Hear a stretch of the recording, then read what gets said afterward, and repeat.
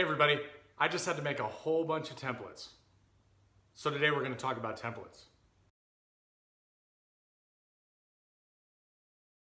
Hey everybody, what's up? Jason with Ben's Woodworking. If you're new to the channel, go ahead and hit the subscribe button so you can get weekly videos that I publish, all in an effort to make you a better woodworker. But enough of the admin stuff, let's go ahead and get into it. All right everybody, so if you follow me on Instagram, you know that the project I'm currently working on is a custom coat rack that I'm making out of walnut.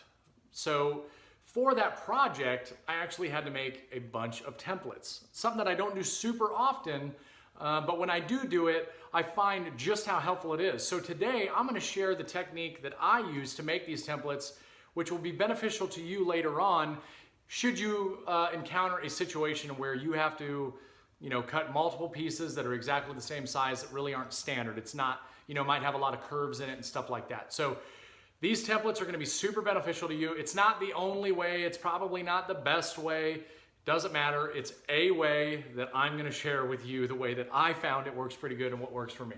Like I said before, the project required me to make a lot of different templates. We got these couple templates here. I've got some templates that I use for the arms. And then I've got a template down here that I used for basically shelf supports underneath and just kind of added a little bit more decoration. For the video today, I'm actually going to just redo this template and go through the entire process. That way you can see exactly what I do when I'm making these templates all the way up until the final finished product.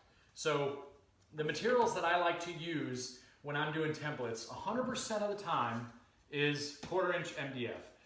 It's very, very inexpensive. I think you can get these for 1/4" MDF from the lumber supplier I go to, 12, 13 bucks, something like that for a 4x8 sheet. I've got tons of scraps laying around because I am like anybody else that's in woodworking, and you save way more scraps than you probably need to. And here's a perfect reason to use those scraps. For the actual piece itself, I will just cut on this piece of standard pine, just another scrap that I have laying around. So the tools that I'm going to end up using is my bandsaw, which if you don't have a bandsaw, it does not matter.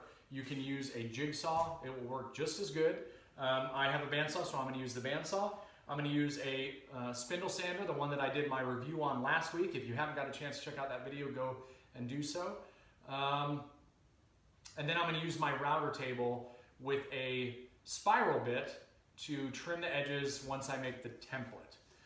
And then of course, other odds and ends tools. But let's go ahead and get into the process that I go through in order to make these templates. So here is my piece of MDF that I'm going to use for my template. And then of course, I've got my already constructed MDF template sitting right here. Now, something that you could do, obviously, to save materials is you could basically just ensure that you have 2 square edges, and then really the only thing I would need to worry about is this piece here. But because this is an instructional video, I'm just going to take it and I'm going to plop it right here in the center. I don't really care about these scraps. And I'm going to simply trace the lines just like this. Let's say that you don't already have a template. That's fine. What I typically do for my templates, when I did this, I used another template, specifically this template, as kind of a guide because I wanted to match some of the curves that were in this piece so it would kind of turn the whole project or bring the whole project together. However, if you don't have that, you can simply freehand it. I actually freehanded these for the first template that I made so I could get it all cut out, and you can do fine tuning. So you could just sketch it. However, if you have items that are available that have curves like you see here, you can use those and then just pencil mark other areas, and you can fine tune it once you've actually cut it. So now that I have my sketch here on this MDF, the next place I'm going to take it is to the bandsaw. So now I'm at the bandsaw. When I go to make these cuts, I am not going to make the cuts directly on the line. I'm going to make the cuts just on the outside of the line, and I'll explain why in a bit.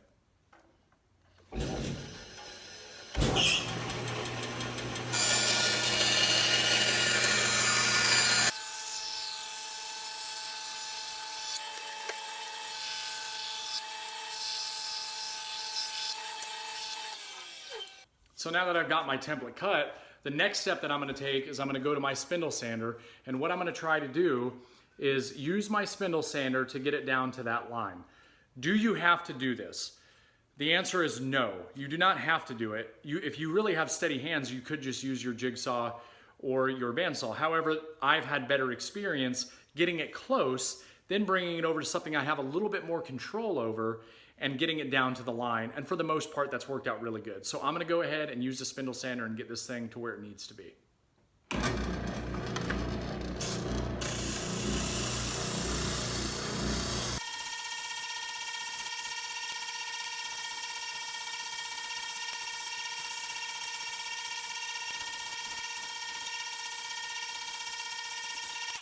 So now I'm going to take my template and I'm going to place it on my board. I'm going to use a slightly thicker board for better visibility when we go to the router table.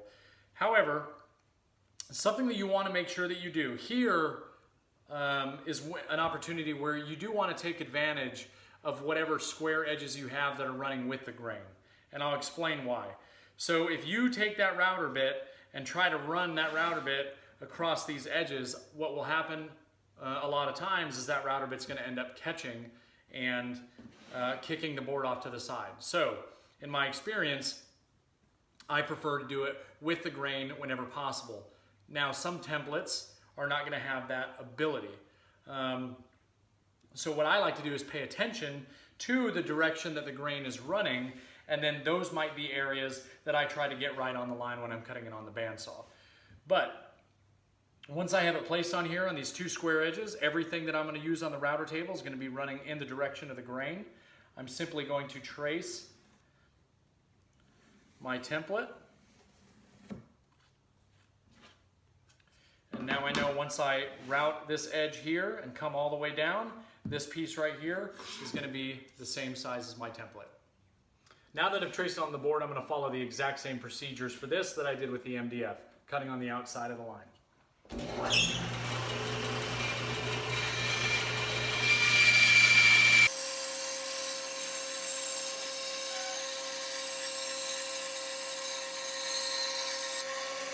Attaching the template to the actual piece of wood itself, I don't do anything special.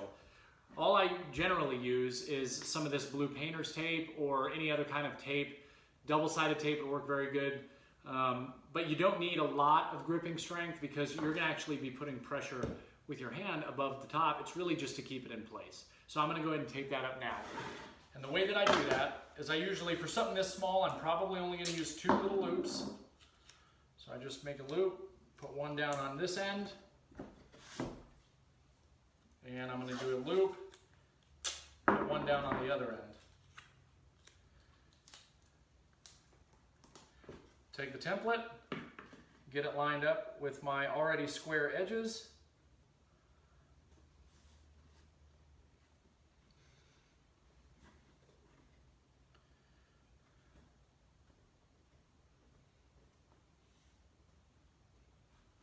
And we're good to go. The router bit that I'm going to use at the router table in this instance is a spiral bit. If you notice at the top, there's a bearing on it. That bearing is designed to ride against, in this case, the template. So what I want to do is I want to make sure that I raise my router bit to where I'm getting full cut of the wood, but the bearing is actually riding along the template, and now we're good. Once I do that, lock my router table into place, and I'm ready to start routing.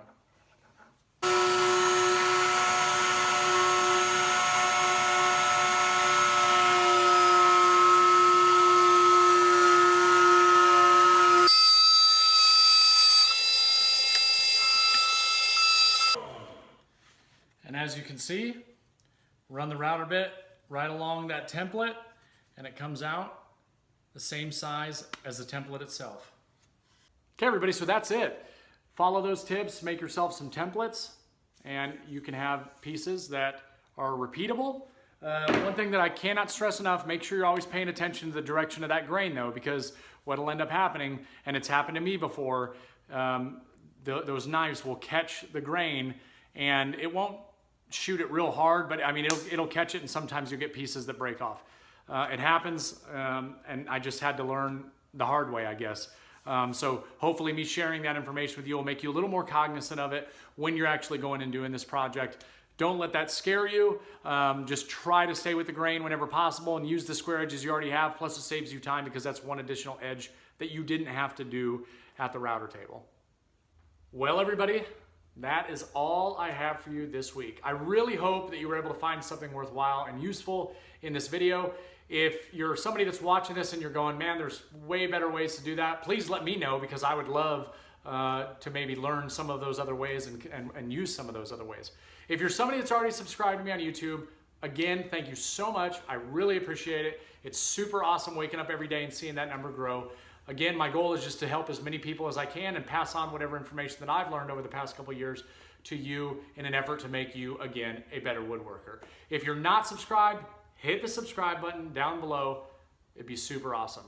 If you're not following me on Instagram, @Bent's Woodworking, go check it out. Give me a follow. You're going to see what I'm doing on a daily basis. I do a lot of stories on there, and you'll see you'll be able to keep track of any projects that I'm doing day by day, all the way up until the finished product. So please go over on my Instagram. I'm on Instagram a heck of a lot more than I am anything else. So if you ever have any questions or comments, please do not hesitate to either DM me on Instagram or leave comments down below, and I will almost always get back to you as quickly as I possibly can, unless I'm working on something crazy in the shop, shooting a YouTube video, or sleeping, which I do from time to time. So anyway, I will see you all next week. Thanks again for watching. Take care.